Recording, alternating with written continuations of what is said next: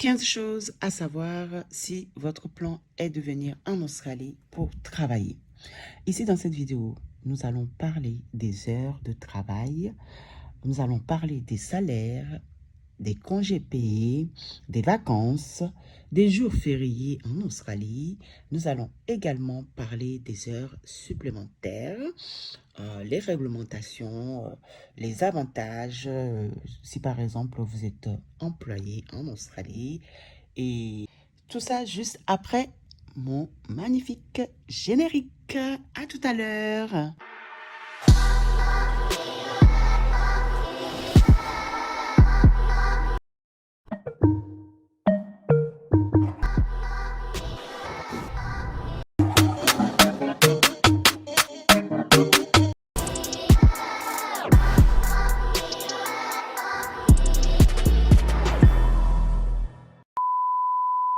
Tout d'abord, avant de commencer la vidéo, laissez-moi vous préciser quelque chose que vous devrez absolument mettre dans un petit coin dans votre tête.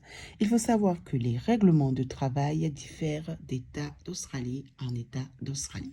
Après, comme par exemple, dans le Queensland, bon, beaucoup ne le savent pas, beaucoup ne savent pas que il y a quand même certaines petites choses à savoir, bref, concernant l'emploi en Australie, si par exemple vous êtes employé dans le Queensland. Par exemple, je sais que dans le Queensland, un employeur est dans l'obligation de payer un employé d'une paye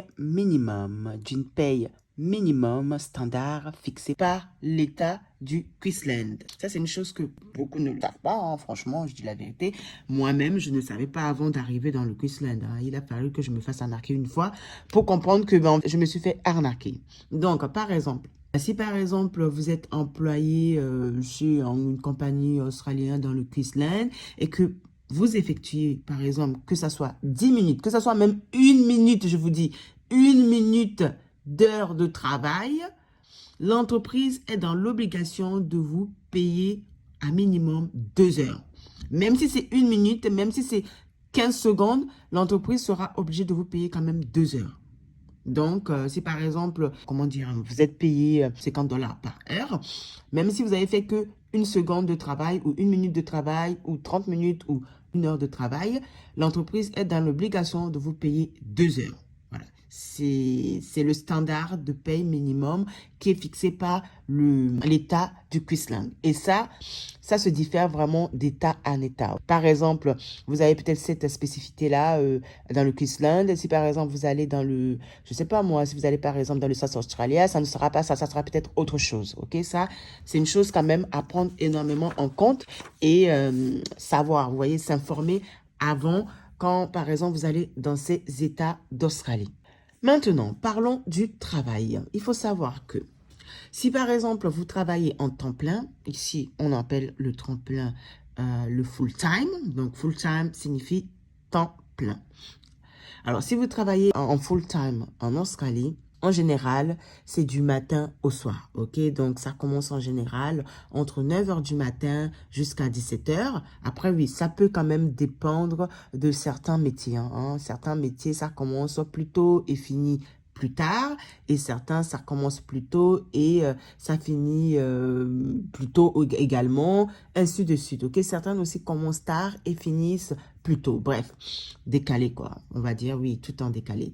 Bien sûr, il faut savoir que le temps plein, donc le full time, les heures à effectuer par semaine, le minimum, on va dire, à effectuer par semaine est de 38 heures. Ok, donc en full time, vous serez amené à effectuer 38 heures par semaine. Par exemple, les emplois en temps partiel, donc ce qui signifie part-time ou casual, en général, oui, c'est des temps partiels, sont de moins de 38 heures. Donc, en général, vous pourrez peut-être faire des 15 heures, vous pourrez faire des 20 heures, ou vous pourrez aussi faire des 30 heures, des 35 heures, mais vous n'arriverez pas aux 38 heures par semaine qui est le full-time. Okay?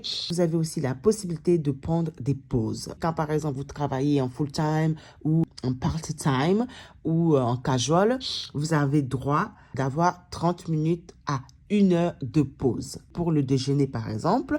Après, Tout dépend du contrat également, hein, parce que certains contrats, ça peut être 30 minutes, comme certains contrats, ça peut être 1 heure, comme certains contrats, ça peut être des 15 minutes, ça dépend vraiment. Vous avez également la possibilité de prendre, on va dire, des petites pauses de toilette, etc. Vous voyez, des petites pauses pour aller prendre de l'eau à boire, vous voyez, voilà, ou des petites pauses de cigarettes, etc. Alors, donc, maintenant, parlons des heures supplémentaires.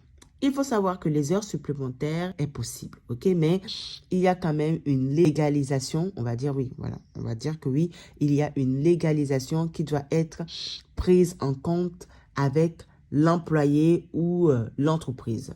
Donc, ça veut dire quoi? Ça veut dire tout simplement que vous devez voir en fonction de l'entreprise, les heures supplémentaires peuvent être payées ou pas. Ça dépend vraiment de la légalisation. Mais sinon, en général, quand même, les heures supplémentaires sont quand même payées, quoi. Voilà. Dans certains emplois, les heures supplémentaires ne sont pas payées. Dans certains emplois, les heures supplémentaires sont payées. Tout dépend de l'entreprise, tout dépend de ce que vous avez signé dans votre contrat avant de commencer le travail, par exemple, avec cette entreprise-là. Maintenant, est-ce que les Australiens sont flexibles? Il faut savoir que oui. Par exemple, si vous êtes disponible à des heures précises, si vous êtes, par exemple, disponible le matin ou le soir ou l'après-midi, ou même si vous avez des enfants ou si vous êtes handicapé, tout dépend vraiment, ok? Les Australiens, les compagnies sont vraiment des compagnies assez quand même flexibles, vraiment, ils comprennent et tout, ils sont quand même compréhensibles, ils sont quand même assez, ils sont très, très, très flexibles, il faut le dire vraiment, la flexibilité, ils sont flexibles. Après, tout dépend aussi, hein. Il y a certaines entreprises, ils ne sont pas flexibles non plus, ils préfèrent que ça soit comme ça, ouais, ça soit dirigé à une certaine façon. Parlons des vacances. Il faut savoir que en Australie, les personnes employées en temps plein ont droit à des congés. Ok, donc vous avez droit, si par exemple vous êtes en temps plein, donc en full time, vous aurez droit à 4 semaines de congés par an. 4 semaines de congés par an qui est bien sûr payé. Il est bon de prendre des vacances en Australie. Ici, les besoins d'un emploi est très pris en compte, ok?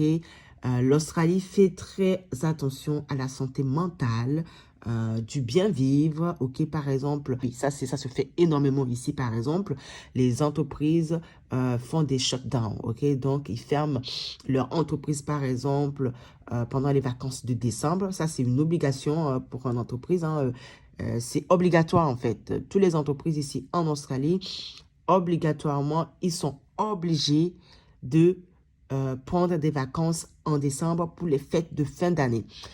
Ça commence en général entre le 23 décembre jusqu'au 1er janvier. Voilà. En général, c'est pendant ces périodes-là, vous avez les vacances qui vous êtes payées. En général, de toute façon, tous les Australiens, ils prennent vraiment leur congé durant ces périodes-là parce qu'ils savent très bien que bah, c'est payé et puis voilà quoi. Et puis, il y a les fêtes de fin de vacances, les fins de fin d'année. Donc voilà, la famille et tout, tralala. Donc voilà. Ceci dit, il y a quand même certaines personnes aussi qui prennent certains congés pendant l'année, par exemple. Par contre, vous devez toujours faire part quand même à l'entreprise, ok, à l'employeur pour quelconque nouvelle qui arrive dans votre vie. Ah oui, une chose également à savoir, il faut savoir que ici il y a quand même pas mal de congés payés. Franchement, on s'imagine pas. Parfois, on se rend pas compte. Hein. Franchement, on se rend pas compte que les Australiens, quand même, ont pas mal de congés payés. Hein.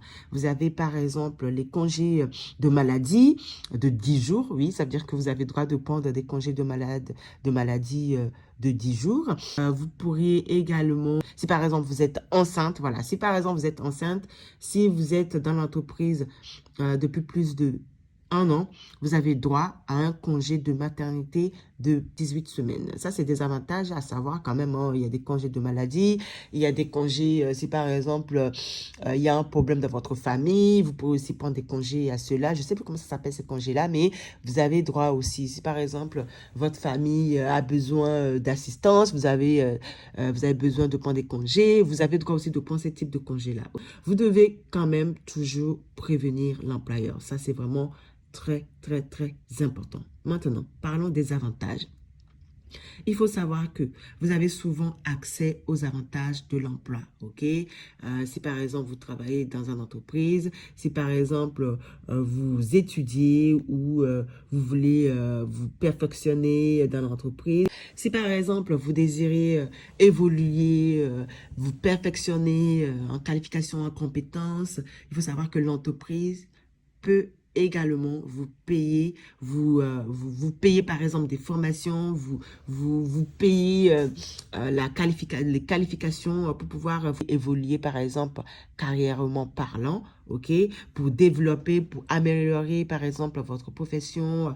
L'entreprise est là pour vous, vous aurez l'opportunité. Cependant, il faut savoir que il faut quand même être dans l'entreprise pendant un certain temps et être bien sûr en full time.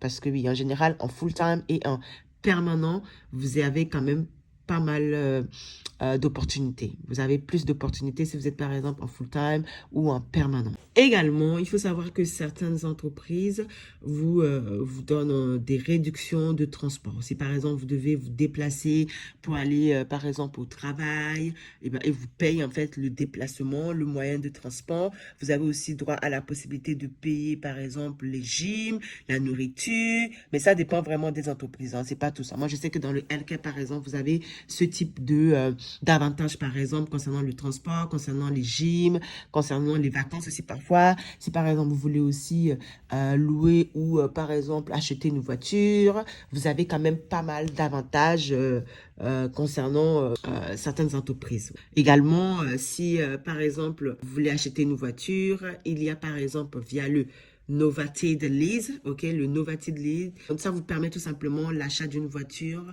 via votre entreprise, ok. Vous aurez juste une réduction en fait de taxes qui sera en fait réduite lors de votre achat de voiture. Ça peut être voiture neuve par exemple. Maintenant, parlons des jours fériés. Alors, il faut savoir que certains jours fériés ici en Australie ne sont pas nationaux et non payés. Alors, ça dépend en fait des États. Dans certains États, il y a des jours fériés qui ne sont pas nationaux. C'est vraiment, on va dire, destiné à certains types d'États. Par exemple, il y a certains types d'États qui ne fêtent pas certains types de jours fériés, par exemple. Les jours fériés, par exemple, du Queensland ne sont pas pareils que les jours fériés, par exemple, du New South Wales ou bien de North Territory ou de Perth. Ça dépend vraiment parce que chaque État a vraiment ses législations, ses règles et ses conduites. Maintenant, parlons du salaire. Il faut savoir que le salaire minimum payé en Australie est de 20,33 $ pour 33 heures par semaine. Donc, ce qui signifie, on va dire, 762,60 $ par semaine. Bien sûr, ça, si c'est en 33 heures. Si vous faites, si par exemple, vous réalisez 33 heures par semaine ou vous êtes payé 20 heures par heure, donc vous allez avoir peut-être 772 60 $ par semaine. Avant taxe, bien sûr, oui, avant taxe. La taxe, c'est encore autre chose. Vous avez la possibilité de négocier avant de commencer un travail. C'est aussi une possibilité vraiment incroyablissime qui n'est pas mal, hein, qui n'est pas donnée quand même à n'importe quel employé. Hein. Donc oui, vous avez la possibilité de négocier par exemple votre salaire avec les entreprises par exemple. Si par exemple vous avez des compétences pour mettre en avant, vous voulez mettre en avant votre compétence lors des entretiens ou bien même après, ça dépend vraiment. Vous avez la possibilité de négocier. Alors, il faut savoir également une chose, les salaires sont souvent payés par mois ou par semaine. Bon, ça dépend. Parfois, c'est par mois, parfois, c'est par semaine ou parfois, c'est tous les 2 semaines. Ça s'appelle les fortnight, ok? Fortnight. Quand vous allez dans une entreprise, on vous dit que oui, vous allez être payé par exemple par semaine ou par semaine. Bah là, c'est weekly.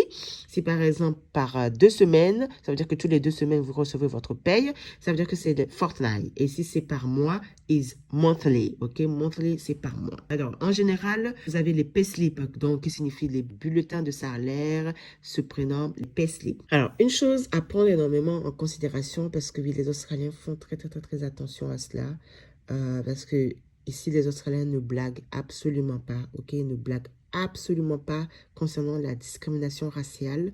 Les Australiens ne rigolent pas avec la discrimination du genre ou encore si par exemple vous traitez un employé différemment que certains types d'employés.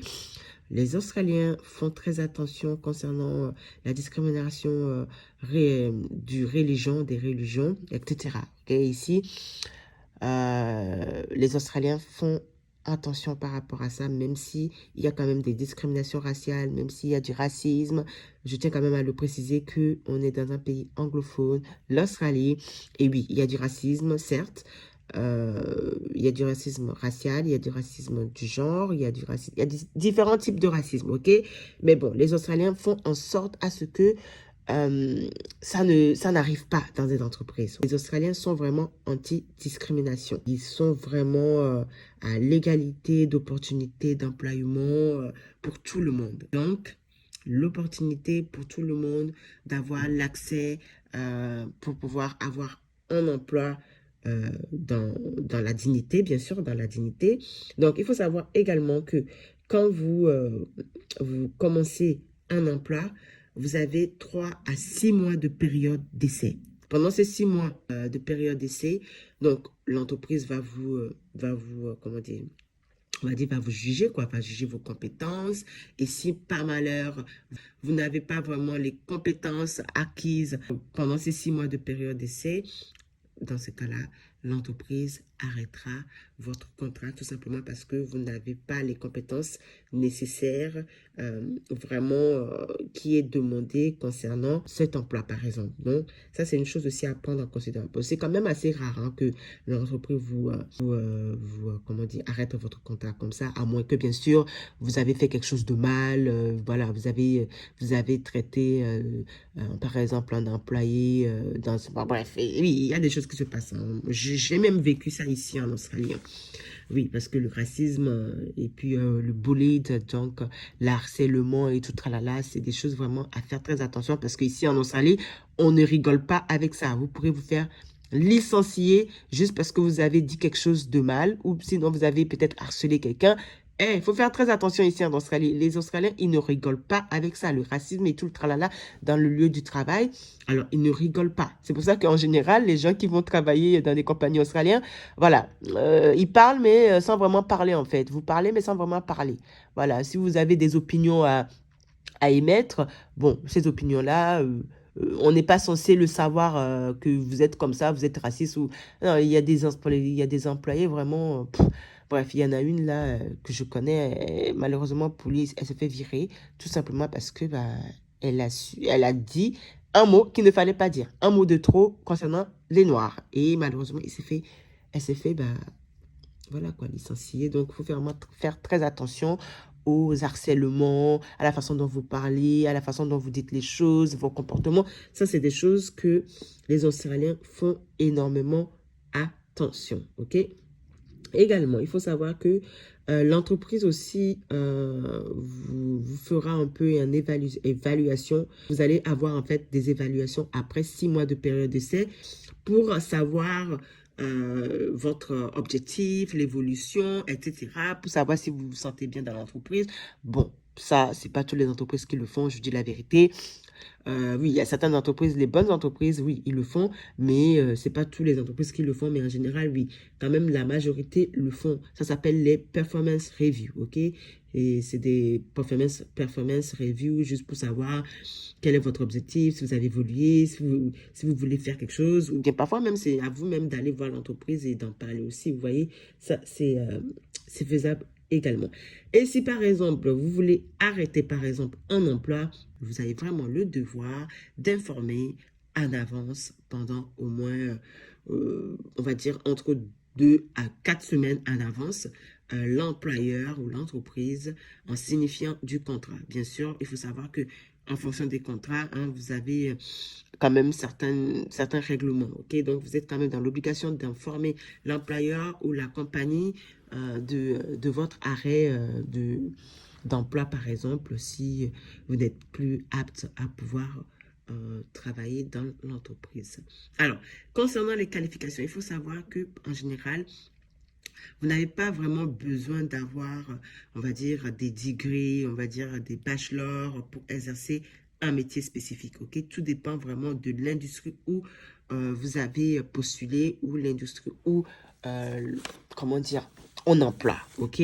Parce que certaines entreprises, par exemple, privilégient les expériences de longue date, alors que certaines entreprises privilégient vraiment des compétences et certaines entreprises privilégient par exemple les diplômes. Tout dépend en fait dans quel milieu, quel est le métier où vous voulez travailler par exemple en Australie. Ok, tout dépend vraiment. Il faut savoir que la langue, alors la langue est vraiment très importante. Ok, sans la langue, vous ne pourrez pas avoir droit à un emploi, ok? C'est obligatoire d'avoir des bases d'anglais ou bien avoir même le ILT, les certificats de langue. En tout cas, alors ça dépend vraiment de certains types d'emplois, hein. Franchement, ça dépend vraiment du diplôme. Il y a certains types d'emplois, on vous demande vraiment le certificat de langue pour être sûr que vous comprenez bien l'anglais, que vous parlez bien l'anglais. Si par exemple vous êtes étranger, il vous faut le certificat de langue, comme je viens de dire, pour certaines entreprises. Et il faut savoir également pour la fin que trouver un emploi en Australie peut être assez difficile, peut être vraiment un parcours du combattant. Alors bien sûr, tout dépend, bien sûr, comme je le répète à chaque fois, de quelle industrie. Parce que parfois, même les Australiens, c'est-à-dire, même pour eux, c'est difficile de trouver un emploi. Oui, même pour les Australiens, c'est difficile pour eux de trouver un emploi. Il faudra vraiment postuler à plusieurs emplois pour pouvoir avoir un peu plus de chance. Il va falloir également être sur place, aller démarcher directement, aller voir les gens, aller voir les entreprises directement. Donc, bien sûr, travailler sur place, ok? Être sur place, envoyer les CV et les lettres de motivation sur place, ok? Il faudra vraiment consacrer beaucoup de temps et bien sûr avoir de l'expérience, des compétences, faire des stages, oui. Vous avez également la possibilité de faire des stages ou de faire du volontariat. Si par exemple, vous n'avez pas d'expérience, ça se fait énormément ici en Australie.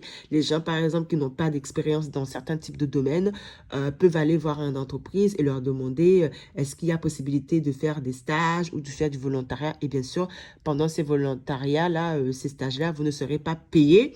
Cependant, vous allez pouvoir acquérir de l'expérience et ces expériences-là pourront éventuellement vous donner accès à de l'emploi dans le futur. Ça, c'est un petit tips que, voilà, beaucoup de personnes ne savent pas hein, que ça se fait beaucoup en Australie, mais en tout cas, ça se fait énormément en Australie. Bon, bah écoutez, j'espère vraiment que cette vidéo que je vous ai faite aujourd'hui concernant les 15 choses à savoir si vous aimeriez travailler en Australie, si vous désirez ou si votre plan est de venir travailler en Australie, que ce soit dans le futur, sur le long terme ou sur le court terme. Voilà, c'est des choses vraiment que vous devrez savoir concernant le travail en Australie. J'espère que cette vidéo vous aura vraiment informé et je vous dis à la prochaine vidéo.